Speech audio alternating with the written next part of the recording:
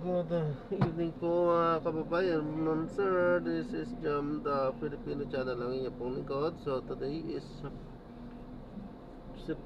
November 27, 2025 at tayo ngayon ay papunta dito yan sa may Capitol Medical Center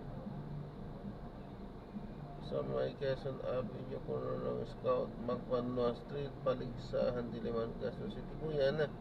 At dadalhin pa natin sa may Hensa Condotel sa may Makisig Street, Tinyahan, Diliman, Quezon City po yan. Okay, magbabalik pa tayo mamaya konti pag nakuha na po natin sa disclaimer lang po. Ang content po natin ay kalsada at hindi ang passenger, kaya naman sasakan naman po na may marinig kayo mga pangalan ng lugar, pangalan ng tao, pangalan ng organizations, government o private, may yan. Wala pong pinalaman ang channel na ito at wala pong pinapatungkulan. Lahat po ng pinag-uusapan dito ay pawang dito lamang po yan sa loob at wala pong pinapatungkulan sa labas. Okay po, magbabalik po tayo mamaya konti pag nakuha na po natin sila. At sabayan natin ang pakikinig ng radyo, mga nagbabagang balita at mga talakayan. And he was the one who formed the eye because he can see. Without his ability to see, he could not have created the eye. And without his ability to hear, he could not have created the ear. Now, going down to a lower level, humans who have the ability to hear and to see and have understood the principles behind seeing and hearing have developed instruments that can hear, that can see, and much more in our times. They have developed instruments that can feel the heat, the temperature, the movement. Kaya nga meron ngayong mga automatic na camera system, meron tayong mga automatic na ilaw na pag kami kumilos, magsisinti na lang. Ang tawag doon ata sensor na ginawa sa mga computer. Kung ang Diyos hindi niya naiintindihan ang pagkakita, hindi siya makakagawa ng mata. Ang tao, naiintindihan natin ang pagkakita, nakagawa tayo ng mata, yung camera. Naiintindihan natin yung pagkarinig kasi ginawa tayo ng Diyos ng pakinig, nakagawa rin tayong nakakapakinig. Itong mikropono, naririnig yung sinasabi ko. Kung ang Diyos ay walang buhay, saan lang gagaling ang buhay? Kung binabasahan nyo lang ang tao ng Biblia, maniniwala ka, hindi maililigaw yan Sino ang posibleng panggalingan ng buhay? Hindi yung patay. Ang panggagalingan ng buhay, yung buhay that lives forever. Kaya rin ang panggagalingan ng pagkapakinig, pagkarinig, yung nakakarinig, nakagawa siya ng tingang nakakarinig at matang nakakakita. Yun ang prinsipyo ng logika, prinsipyo ng spiritual, na ang nakakarinig makakagawa ng nakakarinig. Ang nakakakita makakagawa ng nakakakita. Ang buhay makakagawa ng buhay. Yun ang nasa Biblia. Ang Diyos yun. Kayo'y nakikinig na ang laging daan.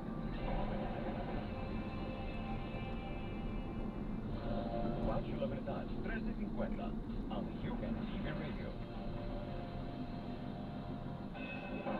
Ang istasyong hatid ay totoong balita at handang maglingkod sa inyo. Ito ang Radyo La Verdad, 1350. Totoong balita, tunay na kalinga para sa kapwa. Kada 30 minuto, inyo nang mapapakinggan ang mga balita. Radyo La Verdad, 1350 balita. Magandang umaga. Narito na ang balita sa oras na ito. Tinapos na ng Commission on Elections o COMELEC ang investigasyon kay Senator Francis G. Escudero at negosyanteng si Lawrence Lupiano.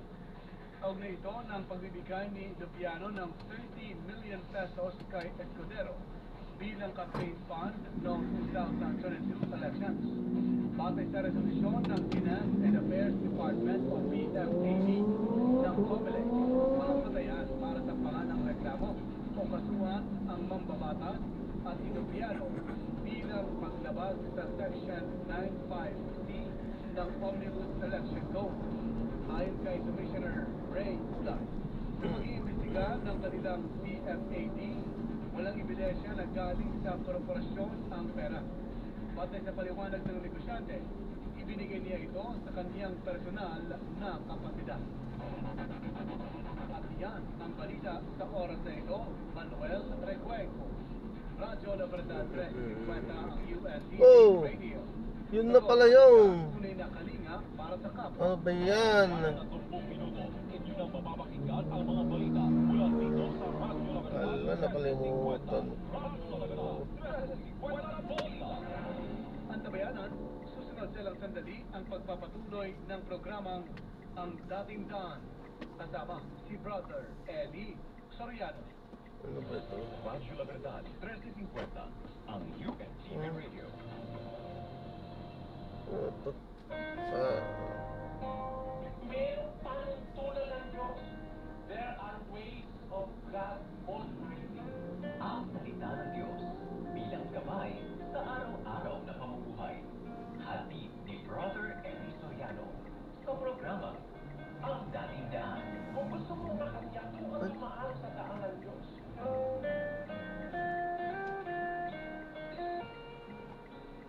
Magandang araw mga kapatid, magandang gabi, saan man kayo naroon. Salamat po sa Diyos at muli meron tayong pagkakataon. Natatandaan kong isang iniwan ko mga kababayan, yung espiritu ang nagbibigay ng buhay, yung sinasabi ni Santiago.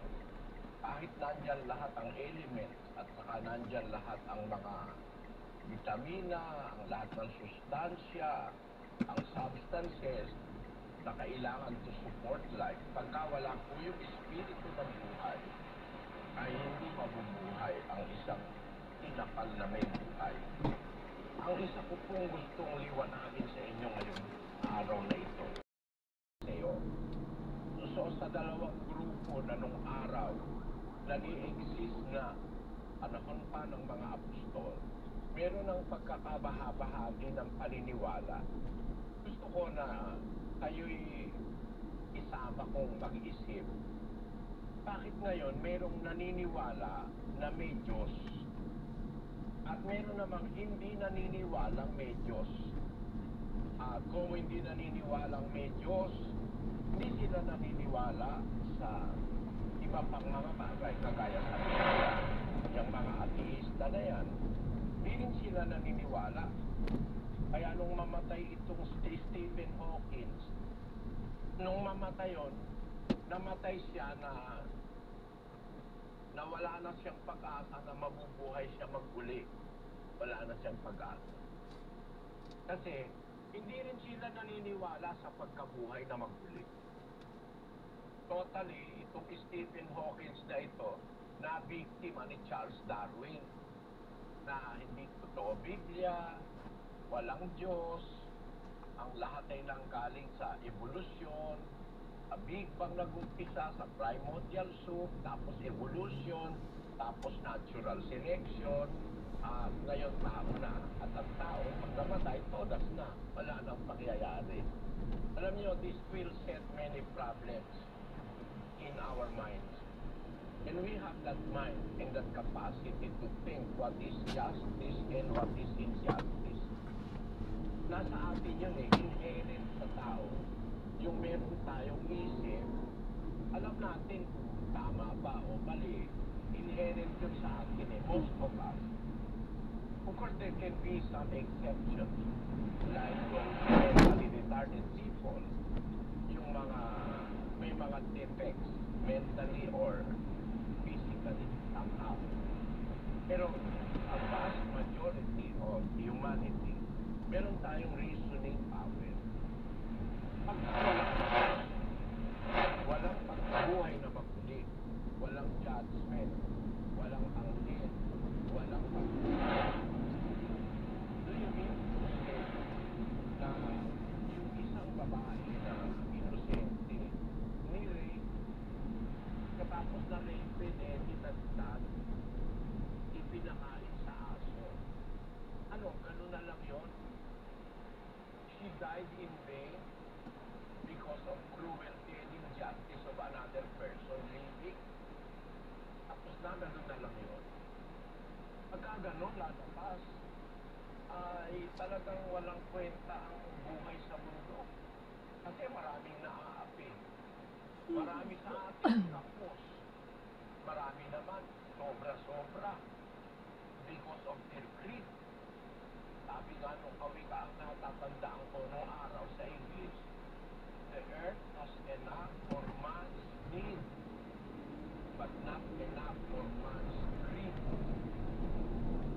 Ang mundo ay may kakayahan mag-supply ng kailangan ng tao, pero hindi kayang i-supply ng mundo ang lahat ng kasakiman ng tao.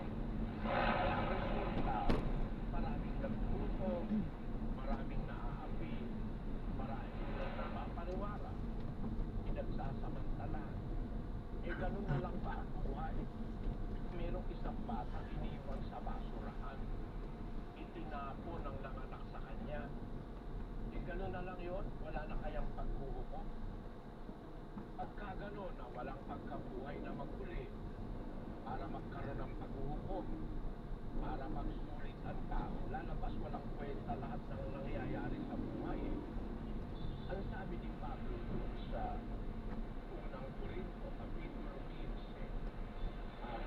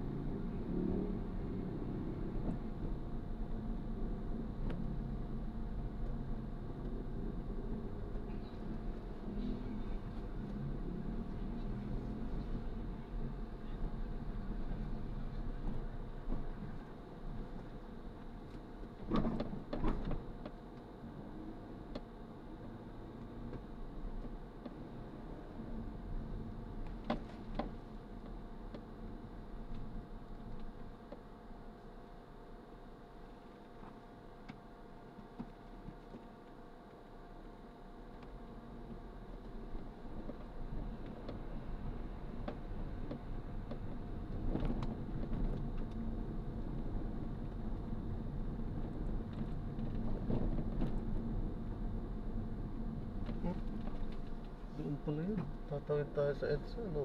Medyo po. Buti na lang, nakahabol pa tayo dito.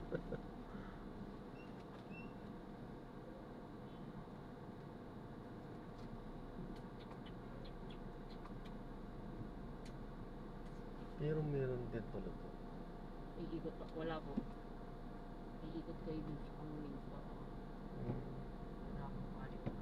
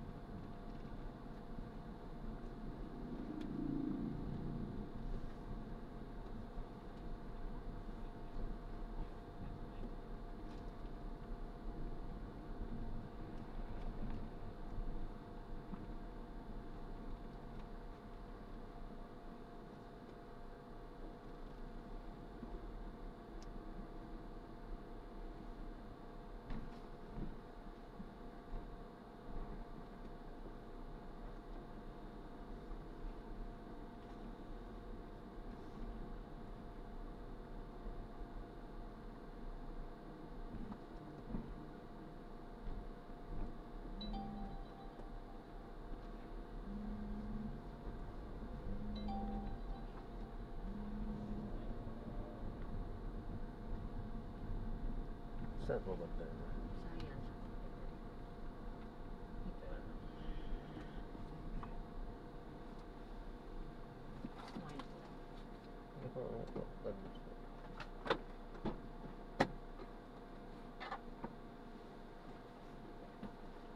Double check po. Ayan, so na-drop na natin sila. So maraming salamat po sa panonood. Hanggang sa muli, ingat at God bless. Paalam po muna. pansamantala. At tayo ay gagawa na ng ibang video sa ating susunod na mission. Grabe, hams na nila dito, dikit-dikit.